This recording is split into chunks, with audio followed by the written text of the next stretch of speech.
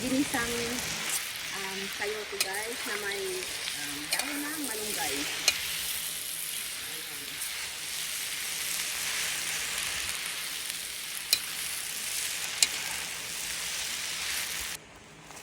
Yan guys, tapos lagyan natin siya ng ginagayat na repolyo.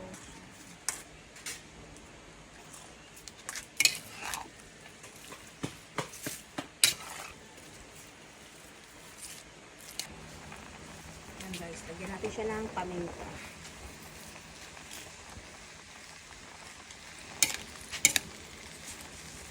Lagyan natin siya ng pampalasa na buksan.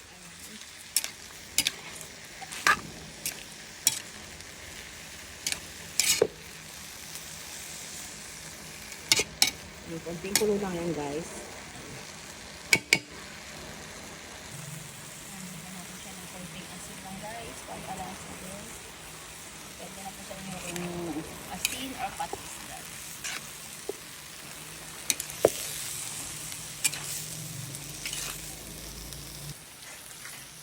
Ayan na po guys. Ang ating ulam. Ayan. Ready to serve na po yan guys. Ayan, guys, terno ng ating gulay, pritong isda, guys. Ayan.